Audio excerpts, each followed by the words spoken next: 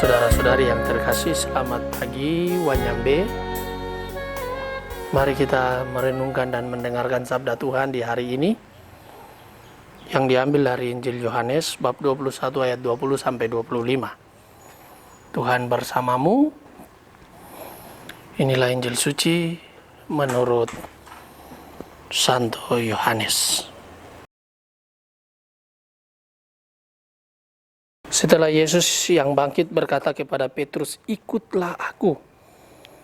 Petrus berpaling dan melihat bahwa murid yang dikasihi Yesus sedang mengikuti mereka, yaitu murid yang pada waktu mereka sedang makan bersama, duduk dekat Yesus. Dia inilah yang berkata, "Tuhan, siapakah dia yang akan menyerahkan Engkau?"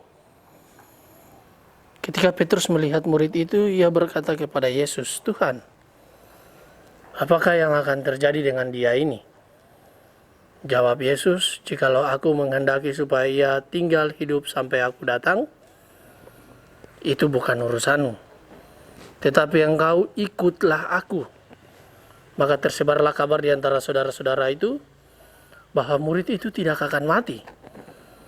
Tetapi Yesus tidak mengatakan kepada Petrus bahwa murid itu tidak akan mati, melainkan, "Jikalau aku menghendaki supaya ia tinggal hidup sampai aku datang, itu bukan urusanmu." Dialah murid yang memberi kesaksian tentang semuanya ini dan yang telah menuliskannya. Dan kita tahu bahwa kesaksiannya itu benar. Masih banyak hal-hal lain lagi yang diperbuat oleh Yesus.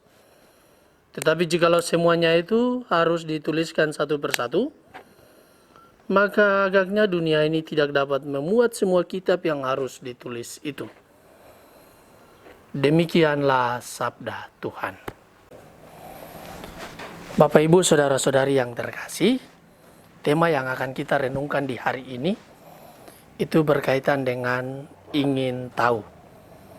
Kita tidak tahu apakah pertanyaan Tuhan, apa yang akan terjadi dengan dia ini, lahir dari rasa ingin tahu Petrus atau dari persaingan antara kedua rasul itu dan antara pendukung keduanya dalam jemaat Kristen perdana. Apapun motifnya, jawaban Yesus jelas. Itu bukan urusanmu. Tugasmu mengikuti aku. Hanya Yesus dan murid itu sendiri yang tahu tentang nasibnya. Lalu apa tugas murid ini? Apa perannya untuk kita dan untuk gereja? Kita temukan jawabannya pada bagian akhir dari Injil hari ini. Dialah murid yang memberikan kesaksian tentang semuanya ini. Menurut banyak ahli kitab suci, murid tanpa nama ini adalah Rasul Yohanes, penulis Injil Yohanes. Berbeda dengan Petrus yang bertugas sebagai gembala, Yohanes memainkan peran kunci sebagai penulis kisah Yesus Kristus, sehingga generasi sesudahnya dapat mengenalnya dengan lebih baik. Akhir hidup keduanya pun berbeda. Petrus mati sebagai martir, sedangkan Yohanes merupakan satu-satunya rasul yang tidak meminum piala kemartiran itu. Siapa yang lebih hebat? Atau siapa yang lebih berjasa? Tentunya kedua-duanya. Mereka sama-sama dipanggil dan diutus untuk mewartakan kabar gembira Yesus Kristus. Meski tugas ini diwujudkan dengan cara berbeda, semangat yang melandasinya tetap sama, yaitu kasih terhadap Yesus dan terhadap umat Tuhan. Saudara-saudari yang terkasih, kita perlu mengendalikan naluri ingin tahu atau kepo, knowing everything's particular object, yang cenderung negatif dalam kehidupan kita sehari-hari.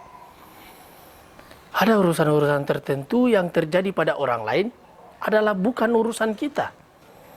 Sebaiknya kita tetap fokus pada hal dan urusan kita sendiri. Kalau kita mau maju, jangan pernah sibuk dengan urusan orang lain.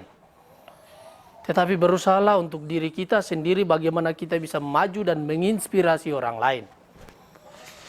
Jangan mudah menuruti keinginan untuk tahu rahasia orang. Maka hidup kita akan mendapatkan ketenangan dan kedamaian. Bercermin pada perutusan kedua tokoh ini, kita bisa menangkap pesan penting bagi karya pewartaan di dalam gereja. Sebagai orang beriman, kita memiliki panggilan dan perutusan dasar yang sama. Kita bisa mewujudkan tugas itu sesuai dengan kemampuan dan kesempatan yang kita miliki saat ini. Peran dan tugas apapun memiliki nilai yang sama atau berharga di mata Tuhan, kalau dijalankan dengan penuh kasih. Semoga demikian. Amin. Marilah berdoa. Tuhan, pagi ini kembali kami naikkan syukur dan permohonan. Terima kasih sudah menjaga kami saat tidur maupun bangun. Terima kasih untuk udara sejuk dan segar pagi ini. Bukalah mata hati kami di awal hari ini. Mampukanlah kami memandang kemurahan dan karya-Mu, serta memuji dan memuliakan-Mu melalui pekerjaan dan pelayanan kami hari ini. Bimbinglah kami selalu untuk menyadari kesalahan kami dan bertobat, sehingga kami sungguh rendah hati mau membuka hati dan siap menerima rahmat-Mu yang akan tinggal di dalam hati kami. Kristus terang dunia, berkatilah keluarga-keluarga kami. Jadikanlah kami alat kasih-Mu dan pantaskanlah kami menjadi hamba-Mu yang setia. Amin. Tuhan bersamamu. Berkatalah yang kudus turun atas kita sekalian, atas orang-orang yang kita kasihi dan doakan, dan atas seluruh aktivitas yang akan kita lakukan di hari ini. Bapa dan Putra dan Roh Kudus. Amin.